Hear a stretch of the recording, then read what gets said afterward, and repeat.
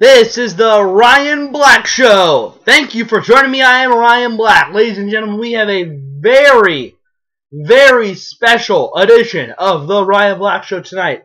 It is the NFL Draft edition of the Ryan Black Show. Well, what does that mean? It means I'm going to break down a little bit about the draft, and I'm going to talk about it, and just have a good time with this. See how far this goes, and enjoy this. I did a mock draft today. I have it here in front of me, so I'll probably be referring to this. If you see me look down and stuff, that's what I'll be doing. Let's run down the first 5 picks of this draft the way I have it playing out. We have the Indianapolis Colts selecting number 1. They're going to pick Andrew Luck. Number 2, you have the Washington Redskins, who traded up, gave up a lot for that pick to select their guy, Robert Griffin III. Number 3 is Minnesota, and that's where it gets interesting. Lots of people wondering if Tampa Bay is going to jump Cleveland.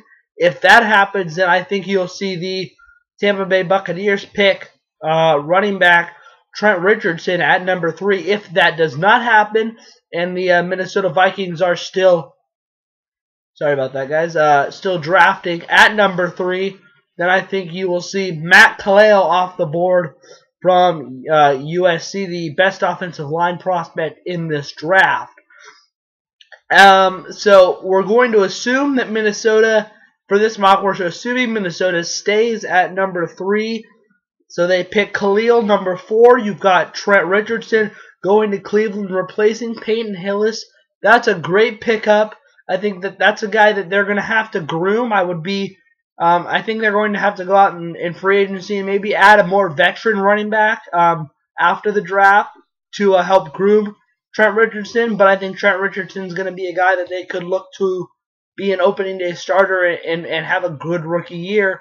And then the 5th pick, again, assuming Tampa Bay picks at 5, I think you see Morris Claiborne going there. So let's talk about those guys. I'm not going to go over every single player in my mock, but I will hit on some of them, and I think people want to hear about the top 5 players in the draft. Andrew Luck, best quarterback in this draft, could have been the best quarterback in last year's draft, decided to go back for a year, turned out to bite him in the butt. I think he was chasing a national championship. He ended up losing in the bowls, but they had a good year. Stanford had a good year, and Luck didn't get hurt, and I think that is something that a lot of people are excited to see, because Luck maintained the ability to stay healthy and dominated really the competition again. Also did not bring home a Heisman Trophy like a lot of people thought, but that's okay with me. I like Andrew Luck. I like him for Indianapolis. I think he's good. I don't think the Colts are going to pick Andrew Luck and jump right back into the playoffs. I think you could see them possibly picking in the top 10 next year, which is okay. This is a team that's actually rebuilding now. And that's going to be difficult for Colts fans because they've been winning for so long. And especially now because they have their golden boy in Andrew Luck, they are going to feel that, okay, we've got Andrew Luck, we should be okay. But they're not going to be okay. You've got a lot of things that you need to work on. So this is a team, I think it's going to be very interesting. I have the Colts as a very big question mark this year because I want to see how they do. I want to see how Andrew Luck does.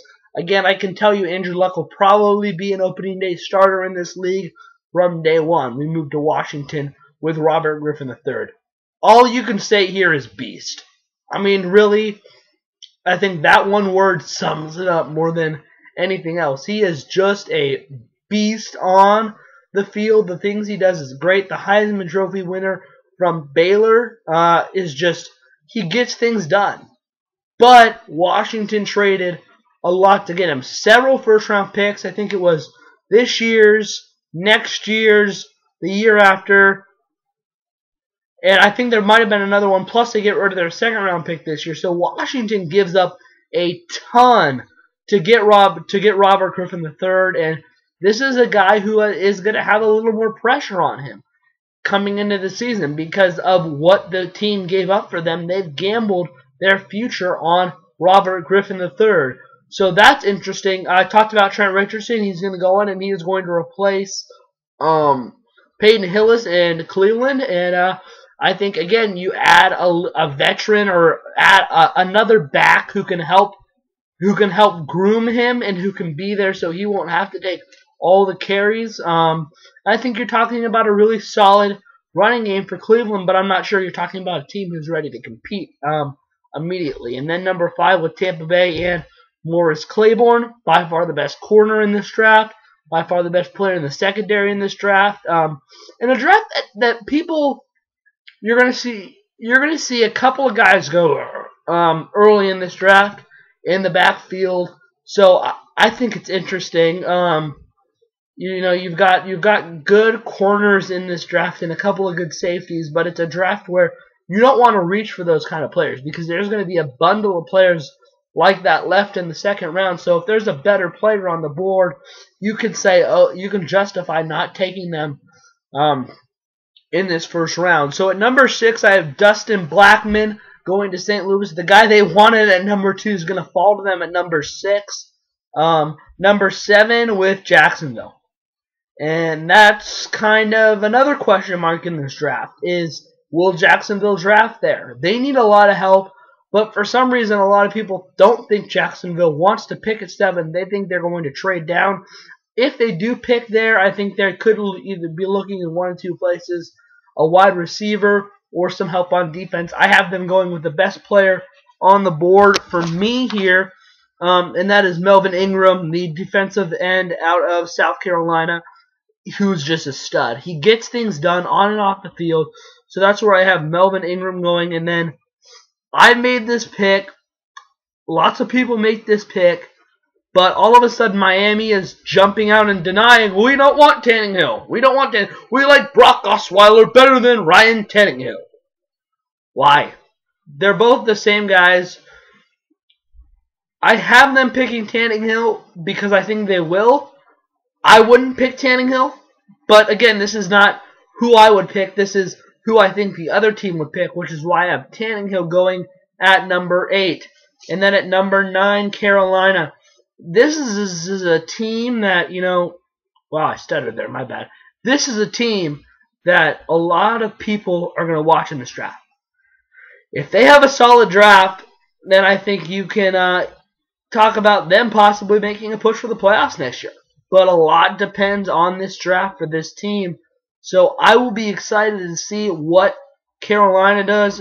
I have them going with a defensive tackle, Michael Brooks from LSU. Solid pick there. And to round out my top 10, the Buffalo Bills will select an offensive tackle from Iowa, Kelly Raffel.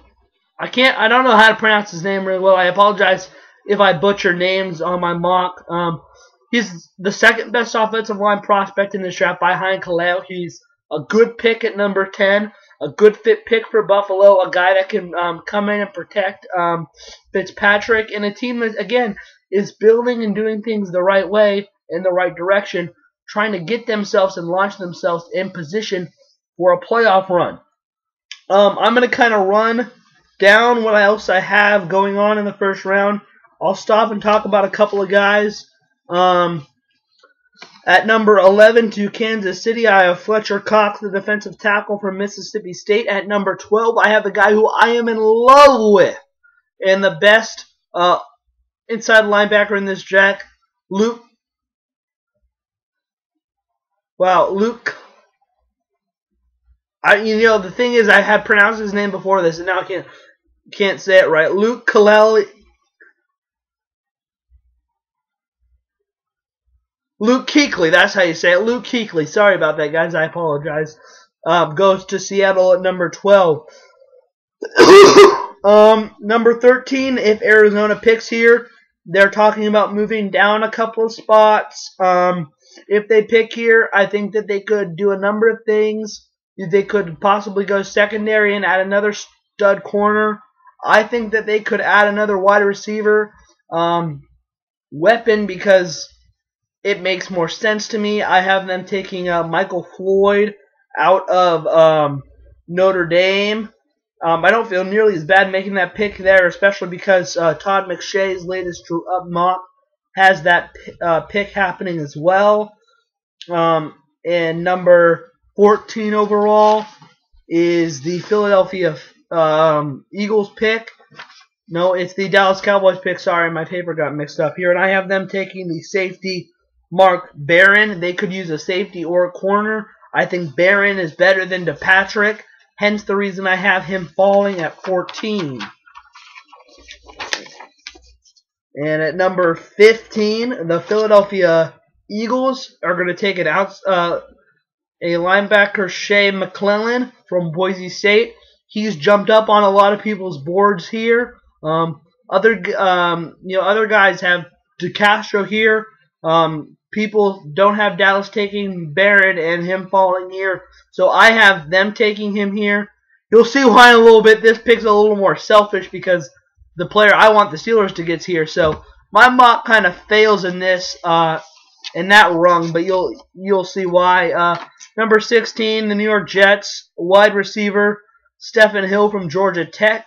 Number 17, DePatrick from Alabama goes to Cincinnati. David DeCastro goes to San Diego. Chicago will pick Dante Poe. Number 20, Tennessee will pick Quentin Couples. 21, I have Stephon Gilmore going to Cincinnati.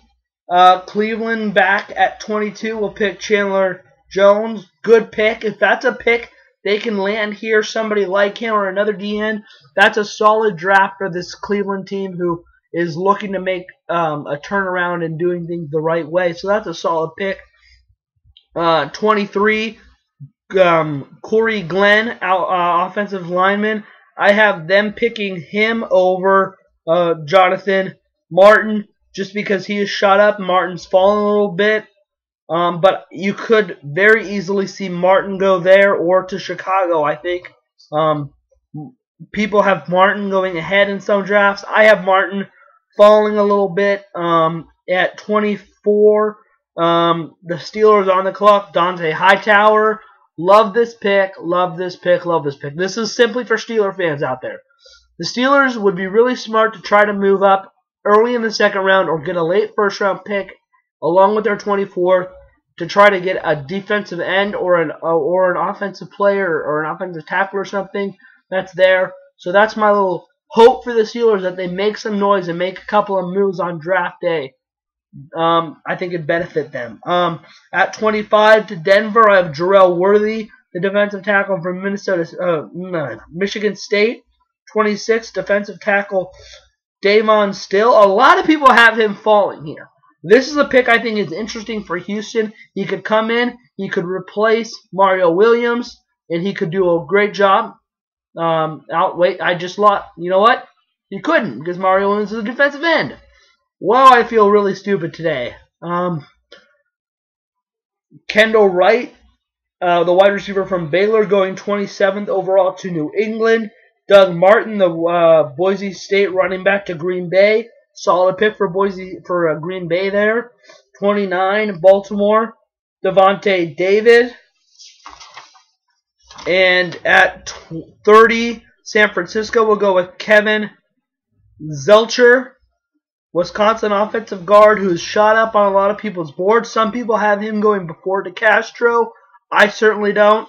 The 31 pick, I'll give New England another tight end to build a very strong young tight end core in Kobe Feller from Stanford. And the 32nd overall pick to the New York Giants will be Nick Perry. When I was doing some mocking on this mock draft I did, it was a little more difficult for me. And I don't think I did the best job I could have done on it, so I apologize for that. That's kind of my draft for you. I ran through my mock. I only have 15 minutes. I'm on like the 14:30 mark, so I'm going to close this down. I might throw part 2 up tomorrow. If you guys want to leave me some questions, I will do my best to answer those for you. I talked a lot about quarterbacks who are late, so I got to get out right now. But thank you for joining me on this edition of the Ryan Black Show. Everybody, I got a special edition of the Ryan Black Show. I got a special guest hosting the Ryan Black Show. That's coming up too. Thanks for joining me. Hit me up on Twitter. Hit me up on Facebook. I'm out.